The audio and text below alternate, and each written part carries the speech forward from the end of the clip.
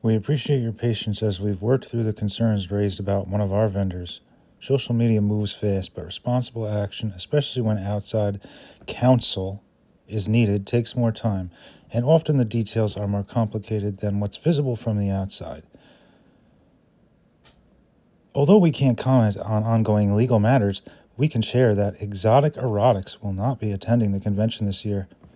At the conclusion of 2025, we will be revisiting dealer processes, and we can encourage everyone to uplift and support the vendors who reflect what you want this community to be. Well, if that isn't a controversial last sentence, I don't know what is. One thing I can tell you is that this definitely skirts the law between what is legal and what isn't. Another thing I can tell you is that different states, which, usually a furry convention revolves around a few different states. You have people coming from all different states, but different states have different laws in relation to this matter, and some of them may be stricter than others. Let's just talk about the moral aspect of what's going on here. I'm not sure who's aware and who's aware of what, but the controversy here, and as safe for work of a term as I can put it, isn't something that people even knew what was going on. It seems to be something that flew under the radar for a pretty long time.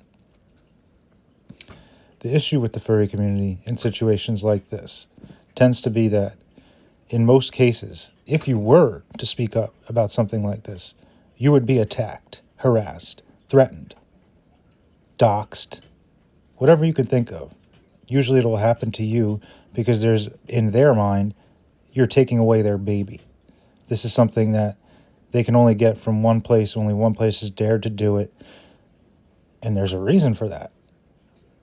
So capitalism just gets tucked behind the stove for this one, where a company makes a monopoly, makes poor decisions, usually winds up being friends with the staff of the convention or something like that, so that they can continue to push their inappropriate products. Then what you have after that is a whole explosion on Twitter regarding this. The reason for that is apparently it took a lot of stressing not only the convention staff, which probably would have done nothing if they had their way, but then apparently the venue was at least threatened to be notified. So my assumption is someone told the convention that they were going to tell the venue about this being a potentially illegal thing that they were allowing at the convention.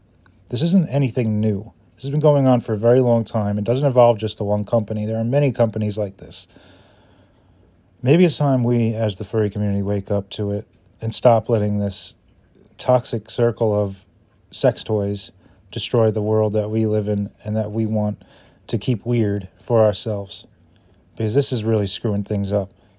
It has been. It was something that personally affected me when a company I worked for a while basically ripped me off, and then when I tried to speak up, I was constantly attacked. Still am attacked to this day.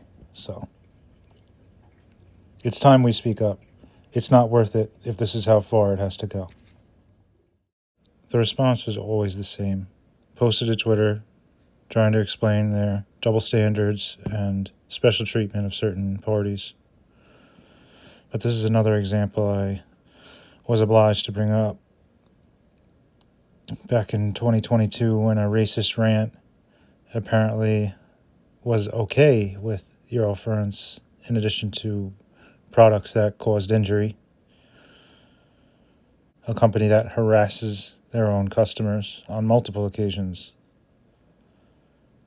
went out and called them clout chasers, attention whores, internet bullies, and is still fully welcome to be a vendor. But the thing is, they don't call them a vendor. See, if you ask them, they're going to say it's not a vendor. But if you go directly to their site, they will tell you that you can arrange to pick up items at a convention. That's still being a vendor. And this goes for any of the conventions that exist in the world. You have non-approved vendors selling things online that the convention doesn't necessarily know about. That undermines being a vendor or being an approved vendor. And I wouldn't be surprised if a majority of these other companies were still doing the same thing.